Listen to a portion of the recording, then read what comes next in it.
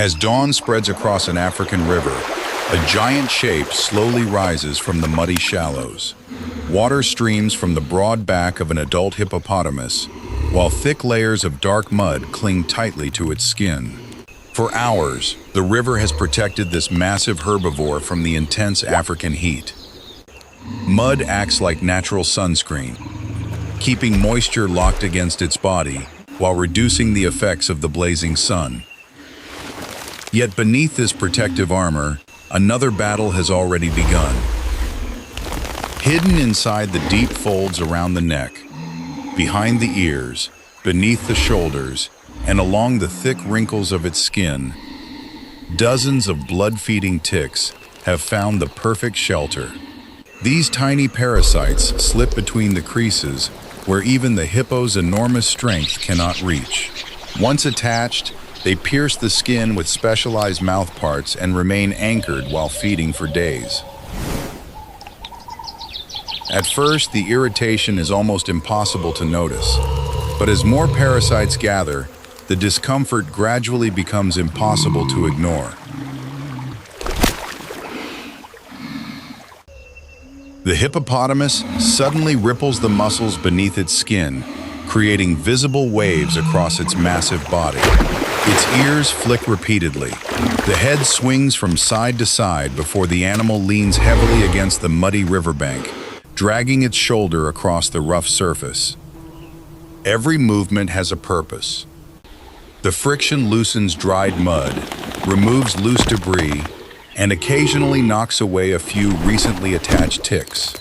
But those buried deep inside the wrinkles remain firmly locked in place. The thicker the skin becomes, the more hiding places these parasites discover. The giant has reached the limits of what it can do alone. Then help arrives from above. A small flock of red-billed oxpeckers circles over the grassland before gliding toward the resting hippopotamus. Unlike most birds searching for seeds or insects among plants, these specialists have evolved to search directly on the bodies of Africa's largest mammals. To them, every wrinkle is a hunting ground. Rather than landing together, the birds approach cautiously. One settles near the shoulders, another chooses the broad back, a third hops carefully toward the neck while watching for any sudden movement from the enormous animal beneath it. The hippo barely reacts. Only a brief twitch runs beneath its skin as tiny claws make contact. Within seconds, the quiet inspection turns into a feeding operation. Bright red beaks begin probing every crease with remarkable precision. One bird pushes its head deep behind an ear, where clusters of swollen ticks remain hidden. Another works methodically along the spine, stopping whenever it detects the rounded body of a parasite. Several more spread across the shoulders, each searching a different section to avoid competing with one another. Every successful strike removes another unwanted passenger. The birds grip each tick firmly before pulling it free with a quick upward motion. What looks like a tiny snack provides a protein-rich meal for the oxpeckers, while relieving the hippopotamus of parasites that would otherwise continue feeding on its blood. It is a partnership built entirely on opportunity. For several minutes, the flock never stops moving. Some birds leap from wrinkle to wrinkle. Others reposition whenever the hippo shifts its weight.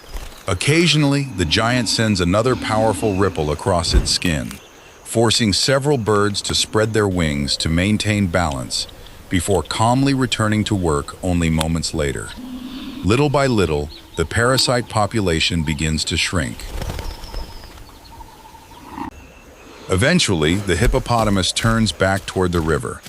Water closes around its legs as it slowly walks into the shallows once again. A few oxpeckers remain on its back until the last possible moment, still inspecting every fold for overlooked ticks before lifting into the morning air. Across Africa, scenes like this unfold every day without drama or violence. Ticks survive by exploiting the bodies of large mammals. Oxpeckers survive by hunting those same parasites.